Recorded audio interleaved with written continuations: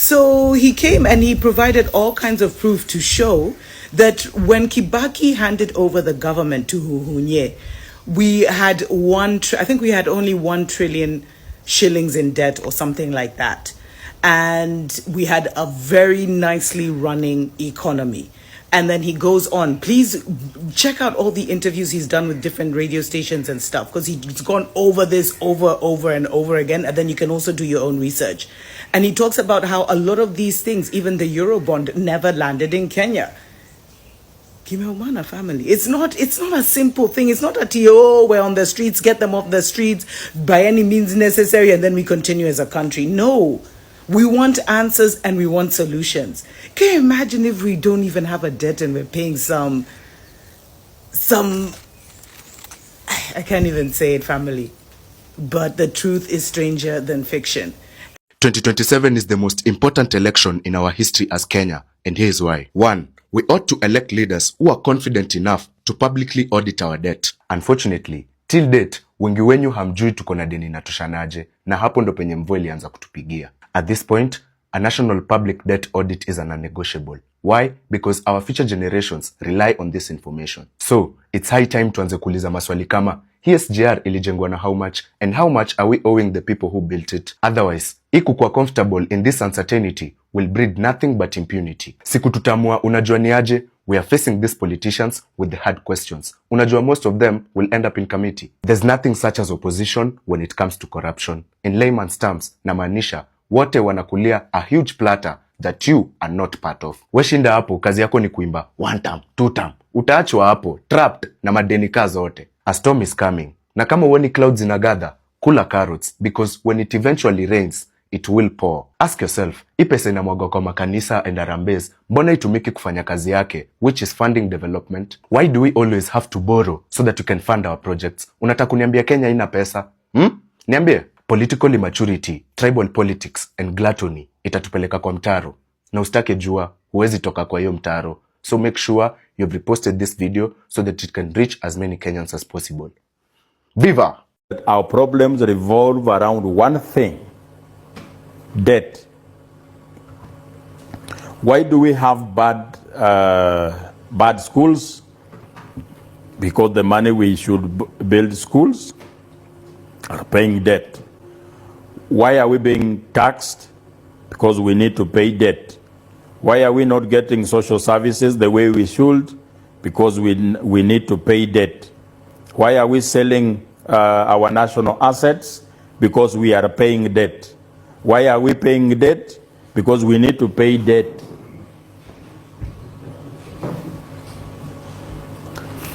So this is how you get out of this. It's a simple formula. Okay. The fifth agenda. Okay. And people are wondering, how will it work? The question of how must come out very clearly. Our first agenda is that upon assumption of office, suspending of debt payment pending an audit. We will not be the first ones to think of such an agenda. It's one of the 10-point agenda that made Raila Odinga the late and William Ruto to come together. Audit of the public debt. It's a recognized problem of the country. So what do? A radical step to be taken that we suspend debt payment. And Kenyans are asking questions. That what do we do? How is it going to be like when we stop paying debt? Ati niliona Gachagua akisema ati we have to pay because we committed ourselves to it. Seemingly, Gachagua does not understand what an odious debt is.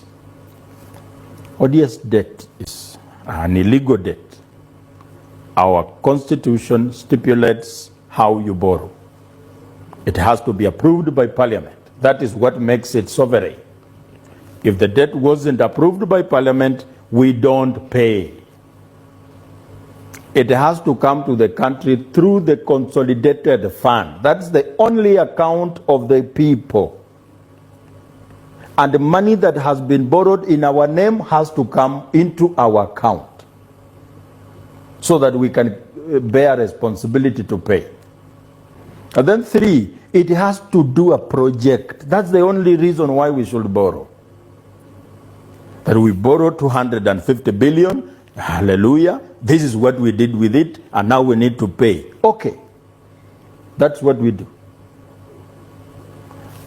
If all that is not done, we will not pay. And let me tell you the benefits of not paying the illegal debt. In our estimation of the party, we are going to save close to 2 trillion shillings every financial year. What can we do with the 2 trillion shillings? We don't need any debt from anyone. Therefore, the country does not need to borrow at that time. Then how do we make sure that Kenyans now benefit from us not paying the illegal debt? By saving the 2 trillion, we shall therefore be able to provide services that have been lacking in the country. In our estimation, education from primary to secondary school costs around 200 billion. So when we make 200 billion available in education, it makes education free from primary to secondary. How is that an economically viable decision? As a parent, and you are one, and I want to pose this question to you. How much money do you pay for your kids in school per year, cumulatively? Let's move on. Let me assume you are taking your children to a public school. No, they are not in a public school. No. That's why I said let me assume. But why assume? Because I am Luo Bwana. Why? Okay, let's go with public school. I want to use it because you are the one here. Okay. Let me assume that you are taking your children. You have 2 children. Let me assume that. I'm using you as an example. And you have them in high school. Mm-hmm. It's a public high school. And each student, you are paying 40,000 per year. Okay. So when the government says that now education in primary and high school is free, per year you will be saving 80,000 that you've been using to do what? School fees. School fees. That now becomes an economic stimuli to other projects. That if you had a failing business, you can now boost it. Okay. The money you spend on health per year will not be needed, because in our estimation, again, we can therefore fund health, which costs only 185 billion every year. We can make that money available. You will not have a situation of a sick hospital, the way we have, how do we call it? Kenyatta National Hospital.